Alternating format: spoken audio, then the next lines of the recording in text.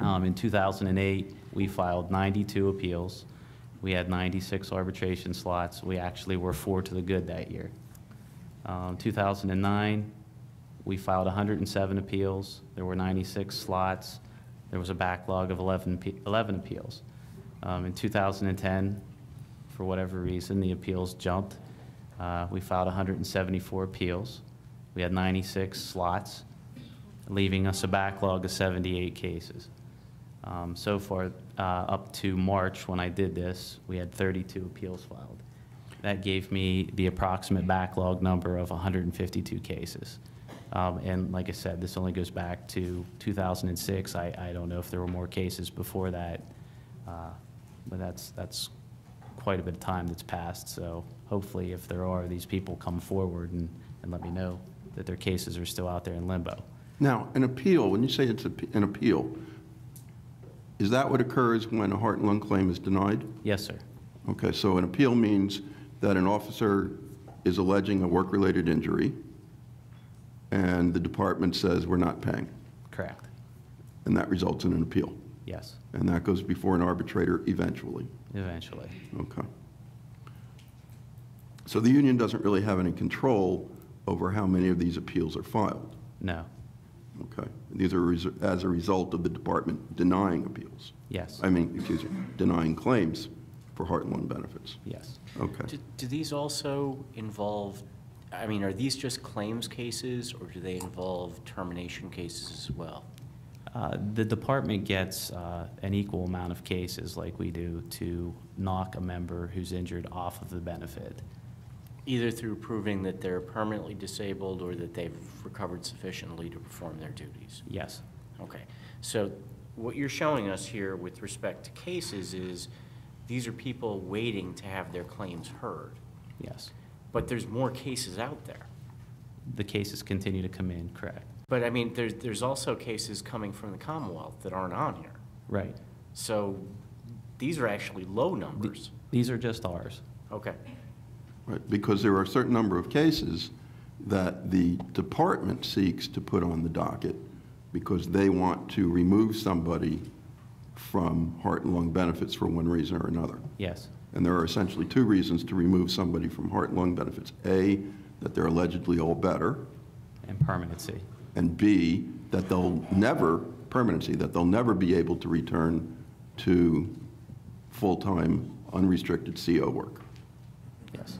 Okay. So there are a certain number of those cases out there that are not even listed on this. Correct. Okay. And what is the next part of this exhibit? Well, the next part of the exhibit, I'm dealing with the 152 case backlog. I'm trying to apply it to the old system of 2 arbitrators that do 8 cases a month. So we're dealing with a member, let's say they file an appeal today. They were denied and they file an appeal today. I could reasonably tell you, looking at my calendar and scheduling these cases, that they won't be having their appeal heard until January of 2013. That's a backlog of 19 months roughly. If we add another arbitrator to the mix, it takes it to 3 arbitrators that would hear 12 cases a month. We can get them in around, the same appeal that's filed today would be heard around June of 2012, which is still very, very unacceptable for a member who's injured doing his job. That leaves us a 13-month backlog before they get in to have their case heard. Jumping up to 4 arbitrators, those 4 arbitrators, for our part, would be able to hear 16 cases for us and 16 cases for the DOC for their termination cases. If that same member filed an appeal today with 4 arbitrators, they could expect their case to be heard in March of 2012, still leaving us a 10-month backlog. We're making progress with the 4 arbitrators, but it's still unacceptable to make a member wait 10 months before they get their date in court. Now, the 10 months minimal that you'd have to wait, that's just to have your case heard. Just to have it heard. All right, because we're not getting a decision on the day that the case is heard. Right. Right, okay. And what's your experience on the average time between date of hearing and date of decision?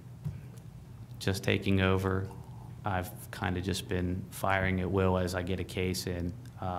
We've just recently gone over the docket. I've plugged my cases in, and that's how I came up with this data. There's no way for me to tell. No, I think that the question is that you have the hearing, the arbitrator hears the case, and in every heart and lung case, we know that there's two components: the claimant or whatever witness is going to testify as to how the injury happened. Right. And then you're going to have whoever is going to say that the injury didn't happen. And then you're going to have medical evidence on either side. So is the medical evidence there at the hearing, or are we? Sometimes. Sometimes. Not too often. We have the hearing, and then the medicals are presented by the attorneys at a later date through reports, narratives, et cetera. Well, just as an example, if I could direct your attention to the actual arbitration decisions that are in the book. For instance, in the Michael Pritchard case, which is number 5, the hearing date was December 8, 2010, which it says on the front page, and then the decision is signed March 21, 2011. So December, January, February, March, 5 months. 4 months. 4 months. And in the Santarelli case, the hearing date recited on the front page is November 18, 2010, and the case is signed by the arbitrator as of April 6, 2011. So that's more like 6 months. That's 6 months, excuse me, that's 6 months with an award, and they still haven't agreed to accept the award from the arbitrator. It looks like the arbitrators are getting the decision out within 30 days of the briefs being filed. Is that your experience? Just the two I'd say you- between 60, more the two like you 60 showed days, were but yeah, both within 30 days. closer to 60. Okay. Well, I mean, it's my experience with heart and lung cases is generally you're waiting for the medical evidence. The deposition of the doctor has to be taken, that has to be submitted before anybody's even writing briefs. That, at least in my experience, that after the hearing, the first hearing date, that seems to be the delay. Not that I'm protecting arbitrators. no. But that tends to be the delay. But I guess my question would be this. You know, both sides are dealing with a situation where we've got right now a 19-month lag. You know, obviously, we've got a situation where you really don't want to be bringing a claim unless you've got some kind of medical evidence, number one. And I would think, and you know, maybe I'm wrong on this, but that the Commonwealth wouldn't be denying a claim unless there was already some kind of medical evidence that was in their possession. So during this 19-month period, can't we be getting the evidence and then having it ready for the hearing and submitting it right there? We normally do have the medical report when we go to a hearing. The Commonwealth frequently never gets medical reports, and frequently just goes on the theory that, oh, well, this person had no leave left when they were allegedly hurt, and therefore this person is undoubtedly lying about the happening of the injury. I think if there's medical evidence on the claimant side, and my experience is kind of limited to workers' compensation a little bit, even though I really don't like to do it a lot, is that if the claimant has medical evidence establishing a work-related injury, and the employer does not, and the employer denies the claim, there's a special term for that, isn't there? In workers' comp, that would be known as an unreasonable contest. Oh, okay. That concept does not exist in heart and lung. Based upon your experience, if that concept existed here, do you think things might change? Well, I believe when we start talking in more detail about the Santarelli and the Pritchard cases, the reason that they're important, and the reason I particularly wanted to bring these to the arbitrator's attention, is because the arbitrator in both of these cases essentially says there was never really a defense to either of these cases. Both of these people ran out of all benefits before their cases were adjudicated. Both of them had no pay. Both of them had no medical coverage. Both of them could not even get proper medical attention because they had no health insurance, because it had run out before their cases were heard. And then, according to the arbitrator, not according to me, but according to the arbitrator who was agreed upon by both parties to hear these cases, what the arbitrator is essentially saying is, there was never a defense to this. There was just nothing going on. And I'm deciding in favor of the claimant, which is great, except that the claimant has really suffered for no particularly good reason while all this is going on. Well, it seems to be in line with the strategy that you pointed out in the playbook, I guess you want to call it. Oh, exactly. Exactly. It's a disgruntled employee, and therefore, we're going to deny. Okay. If we can, let's move on to the next proposal, which is the 30-day calendar notice. Yes, sir. What's typically happening with the docket, the scheduling of the docket, our cases are being thrown on the docket to be heard that month with a few days' notice.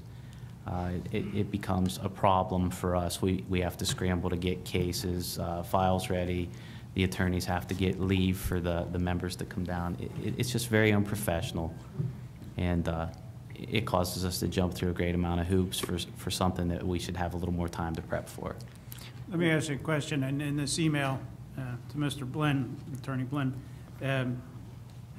Ms. Robin Lewis suggests, and I realize this isn't, this is fairly recent, it's February 28th, but Robin Lewis says let's do 30 days notice. Are the parties doing that now? Yes, Okay, thank you. we're trying to. It is improving in that direction, Okay. but we would like to codify it so it doesn't go backwards. Understood. And then the next proposal, the production of witness list 15 days prior to the hearing. This is another sore spot. Typically, we try and have these cases heard in one day because of the backlog.